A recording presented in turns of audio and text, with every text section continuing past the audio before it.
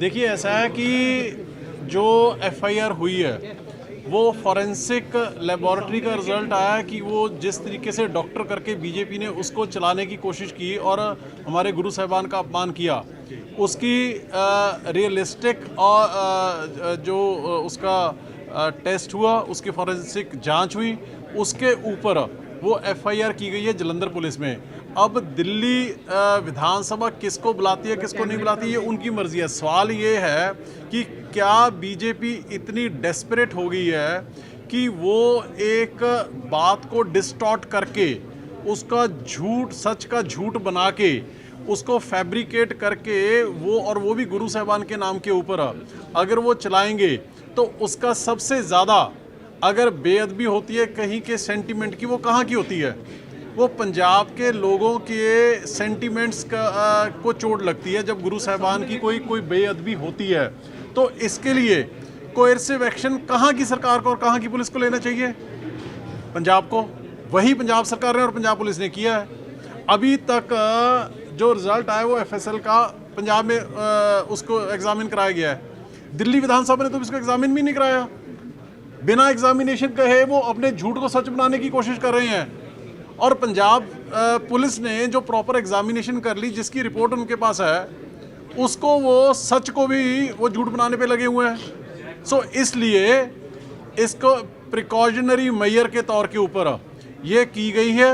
और कोई भी, let me be very very clear, चाहे वो कोई बीजेपी का नेता है, चाहे वो कोई कांग्रेस का या अकाली दल का नेता है, या चाहे कल को मैं भी हूँ, अगर कोई भी हमारे धार्मिक सेंटिमेंट्स के साथ खिलवाड़ करने की कोशिश करेगा अपनी होच्छी और हल्की राजनीति के लिए, वो किसी को भी एक्सेप्टेबल पंजाब में नहीं होगा। विजेंद्र गुप्ता कह रहे हैं विशेषाधिकार हनन का मामला है ये, और विशेषाधिकार हनन के मामले के तहत उसके तहत सारों को बुलाया जाएगा यहाँ, और वो जांच करवा रहे थे। विपक्ष ने उनसे मांग की थी तो वो उनकी जांच चल रही है दिल्ली में, उससे पहले वहाँ जांच करवा करके और इस तरह के बयान। दिल्ली के 70 एमएलए की विधानसभा को, या मे बी उनके जो 40-42 एमएलए हैं, 45 जो हैं, उनके जो विशेषाधिकार का हनन ज़्यादा ज़रूरी है, या 3 करोड़ लोगों की धार्मिक भावनाएं को ठेस ना पहुंचे, क्या ज़्यादा ज़रूरी है जी?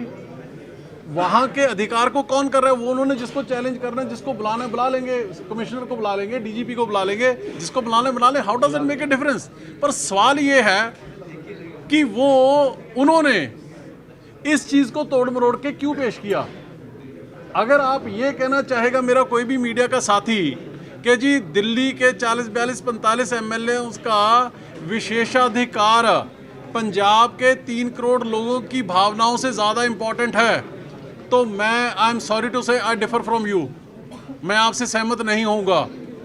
पंजाब और पंजाब के गुरु साहिबान जिनके बारे में उन्होंने डिस्टॉर्शन की, उनके खुद के होम मिनिस्टर थोड़े दिन पहले के बोल के गए हैं कि जी अगर गुरु तेग बहादुर साहब ना होते तो देश ना होता, हिंदू ना होते, मुल्क ना होते, स्टेट्स ना होती। और अब 4 दिन में उनके सारी की सारी आतिशी जी की कही हुई बात को वो उल्टा अपने सियासी मतलब के लिए झूठ फैला रहे हैं। तो ऐसे विशेषाधिकार के लिए वो चाहे 10 बारी बुला ले जी, कोई दिक्कत नहीं है। जी, वन क्वेश्चन दैट बीजेपी ने एक और ट्वीट किया है, दे हैव सेड कि जो आपने युद्ध नशा विरुद्ध सेकंड कैंपेन लॉन्च किया है, उसके पैम्फलेट्स के ऊपर जो है, जो ग्रंथी हैं उनको क्या है? जो उसके जो पैम्फलेट्स हैं युद्ध नशा विरुद्ध की कैंपेन, उसके जो पैम्फलेट्स हैं उसके ऊपर ग्रंथी जो हैं उनको एज ए कार्टून पेश किया गया। किसको पेश किया? ग्रंथी। और जो गुरु ग्रंथ साहब है उसको एक नॉर्मल बुक दिखाया गया है जो आम आदमी पार्टी का कैंपेन लॉन्च हुआ। कार्टून बना के आप दिखाइए कहाँ पे है आपके पास? मैंने तो देखा नहीं है। युद्ध नशे विरुद्ध की कैंपेन के ऊपर वो कार्टून क्या है ये? ग्रंथी जो कह रहे हैं कि कार्टून डिपिक्ट किए गए। कौन? बीजेपी कह रही है ये साडे हैंडल ते है जी। नहीं नहीं नहीं, बीजेपी वाले आने हैंडल ਤੇ ਨਹੀਂ ਹੈ ਜੀ ਤੁਸੀਂ ਪੰਫਲੇਟ ਹੈ ਤੁਹਾਡੇ ਕੋਲ ਪੈਂਫਲੇਟ ਹੈ ਜੀ?